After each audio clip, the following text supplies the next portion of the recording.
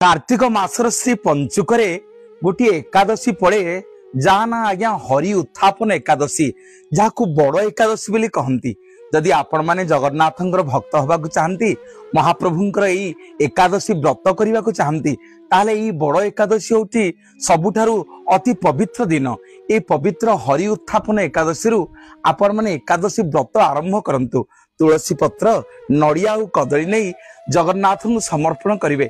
महाप्रभु आज ठारू आपण एकादशी व्रत पालन करेंगे, आपण दया करेंगे, आपण कृपा करेंगे, एकादशी व्रत को आपण पालन करदेवे।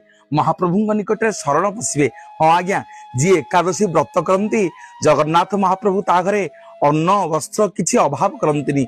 जो माने एकादशी व्रत करती से जगन्नाथ अति प्रिय। एकादशी व्रत दिन केवल गोटे भक्त आज्ञा श्री जगन्नाथंकर महाप्रसाद सेवन करिपारिबो। सेइथिबे से दिन आज्ञा सुदामा जेतेबेले खुद भुजा नेकी जाइतिले प्रभु पचारिले कहले सखा मो पई किछि पठै नाहंती तम स्त्री।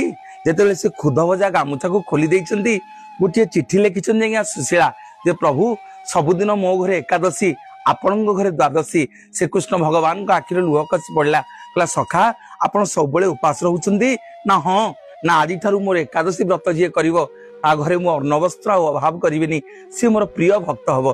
तेणु ये बड़ एकादशी रु आपण माने एकादशी व्रत आरंभ